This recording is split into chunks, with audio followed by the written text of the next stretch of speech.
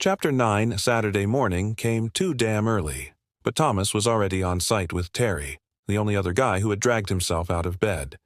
Barry, their boss, was pacing the lot like a bull that had just spotted a red flag.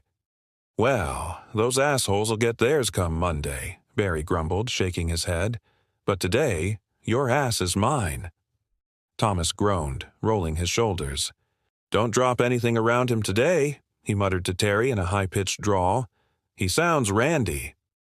Terry snorted, trying to stifle a laugh. Barry, however, didn't miss a beat. "Not on your best damn day, boy." His voice was like granite grinding against steel, loud and sharp enough to send the seagulls scattering from the half-framed skeleton of the house. Then he stomped toward the job site, waving a thick arm in the air. "Get 'em out!" That was their cue. Tool belts on, nail guns loaded, and another day of blood, sweat, and Barry's booming voice. The crew of Carolina Framers was a band of misfits, each one cut from a different, rough-edged cloth. Hard-drinking, sun-baked, and mean enough to get banned from most bars on the island, they wore their reputations like a badge of honor. If they weren't alcoholics, they were potheads. If they weren't both, they weren't really part of the crew. Barry didn't give a damn. "I hire from the neck down," he'd say. "If I wanted you to think, I'd tell you what, when, and how to do it." And today, thinking was definitely not on the agenda. The job was straightforward. Get the plywood down, get the house dried in. All because some out-of-state rich prick's high-end six-figure stove had been delivered too early. The thing was so heavy it would take a rollback truck to move, and Barry had made it clear. The claim on that thing would cancel my liability and comp. In other words, if it got busted, they were all screwed. So, naturally, Barry was taking it out on them. Terry, built like a wiry street fighter, tossed the plywood up to Thomas, who shouldered the 48-pound boards like they were nothing, walking the skeleton of the house like it was solid ground. Nail gun in one hand, balance perfected from a childhood scrambling up and down mountain ridges, he slapped the sheets down and secured them fast. A couple of good swings with the BFH, big fucking hammer. Then the nail gun barked. Thunk, thunk, thunk, and another board was down. Move on, cut to fit, repeat. Terry, covered in sawdust, muttered, "Hope this damn house lasts longer than the last one we built for these people." Thomas smirked. "Doubt it. This is just next season's hurricane claim." Terry chuckled but didn't argue. They both knew how it worked. These beachfront homes went up fast and came down just as quickly when the storms rolled in. The people who built them didn't care. They had insurance and enough money to pay off every permit office, inspector, and council member who so much as glanced at their blueprints. Thomas didn't pretend to understand that world.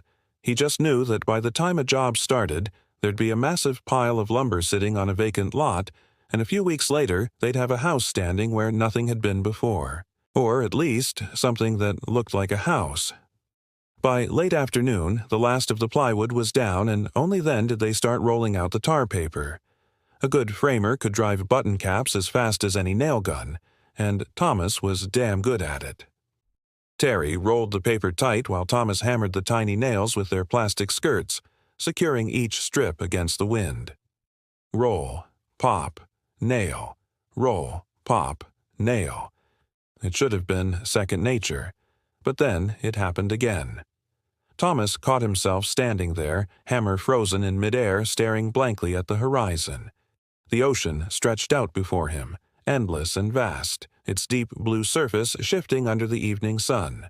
But he wasn't seeing it. Not really. His mind was locked up, empty.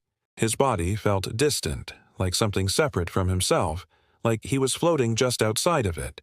It wasn't just zoning out. It was something else. And then, just as suddenly as it came over him, he snapped back. His heart was pounding. The hammer was still in his hand, mid-swing. Terry was looking at him, one brow raised. "You good?" Thomas forced a nod. "Yeah, just long day." Terry didn't push, just went back to rolling the tar paper. But Thomas felt it in his bones. That wasn't just fatigue. It was another blank. That's what he'd started calling them in his head. The blanks. Chunks of time where he just Wasn't there. He never remembered what happened during them. He didn't know what he did, if he moved, if he spoke. He only knew when they ended, when he snapped back into himself like waking from a dream he couldn't recall. And the worst part, he was starting to feel afraid of them. What if he did something during the blanks? What if he said something? What if, God forbid, he hurt someone? A shiver ran down his spine despite the heat. He still hadn't told Red. He didn't know how to tell her. Red and Anna had come home the night before, and when he held them, it was like his soul settled back into place.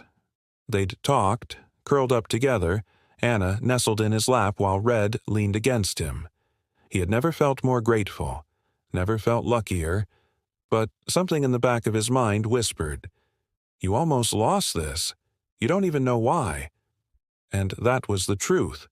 He didn't know why. It gnawed at him now as they packed up for the day, tossing tools down from the roof, their bodies sore and heavy with exhaustion. Barry's voice rang out from below. "That's a wrap, boys. Get them damn tools up and don't leave a goddamn mess." Thomas forced himself to laugh, shaking off the unease. "It's good to be the king, I guess." Terry smirked, loading the last of the gear. Another day done. Another house closer to standing. As Thomas climbed down, he reached into his pocket, pulling out his phone. His thumb hovered over Red's number.